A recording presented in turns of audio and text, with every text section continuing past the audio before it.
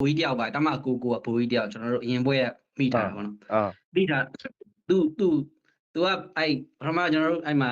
ကုတ်ကိုစီရွာဒီအမြန်လန်းနဲ့ကျွန်တော်တို့2မိုင်ပဲဝေးတာရန်ကုန်မန္တလေးအမြန်လန်းနဲ့2မိုင်ပဲဝေးအဲ့ရွာမှာဝင်တိုက်တော့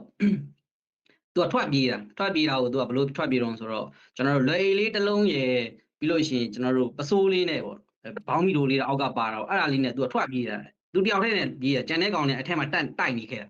အကုန်လုံးလဲဝိုင်းပြီးတော့အထက်လဲကျွန်တော်တို့ဝင်ရောက်ရှင်းလင်းတဲ့အချိန်ကျတော့ drone နဲ့စကောက်ဝဲလိုက်တော့အဲ့ဘဲကသူကပြေးနေတာသူအဲ့လေကွက်ထဲမှာသူကပြေးတော့ကျွန်တော်တို့ကဆိုင်ကယ်နဲ့ပတ်ပြီးတော့မှဝိုက်ပြီးဖမ်းလိုက်တော့ခင်ဗျဘဲရတော့ပေါ့နော်အဲ့လိုမျိုးတော့သူကအဲ့အချိန်မှာကျွန်တော်တို့မြင်လိုက်တော့ဘလို့လုပ်တော့ဆိုတော့အထုပ်ကိုသူကအဲ့ဟိုဟာလေးကိုကျွန်တော်တို့ခြုံလေးကိုပြစ်ပလိုက်တာခြုံလေးကိုပြစ်ပြီးတော့မှခင်ဗျဘဲရတော့ဆိုတော့ကျတော့ကျွန်တော်ကလည်းမီးသေးဖုတ်တာတဲ့အဲ့မီးသေးဖုတ်တဲ့သူကဒီရုံမဟုတ်ဘူးလို့နော်ရဲဘော်တွေကကျွန်တော်မေးတာပေါ့နော်မီးသေးဖုတ်တဲ့ကောင်ဒီရုံမဟုတ်မင်းမတင်ငါဘူးပေါ့အဲ့နေပြီးတော့မှအဲ့ခိုးနာကဘာဖွက်ခဲ့ရလဲသွားပြန်ရှာတော့အမှပစ္စတိုတက်လက်တွေတော့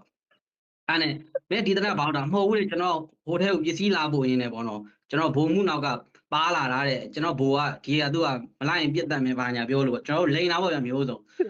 အေးအားဆိုပြီးမတင်ငါဘူးကွာလိုက်ခဲ့အောင်ဆိုပြီးတော့မှခေါ်လာတာအေးစီခေါ်လာပြီးတော့လမ်းရောက်တဲ့ချိန်တော့မင်းအမှန်တိုင်းဖြေမလားတက်တည်မလားဆိုတော့အဲ့ကြမှာသူက3ပွဲနဲ့ကျွန်တော်ဘိုးကြီးပါတဲ့တမကိုကအဲ့ဘဲအခုဒီမှာကျွန်တော်တို့ထားတဲ့ဒီအချုပ်တွေမှာသူကခေါင်းဆောင်ပဲသူကအကုန်ထိန်သွားတာနောက်ကသူ့နောက်က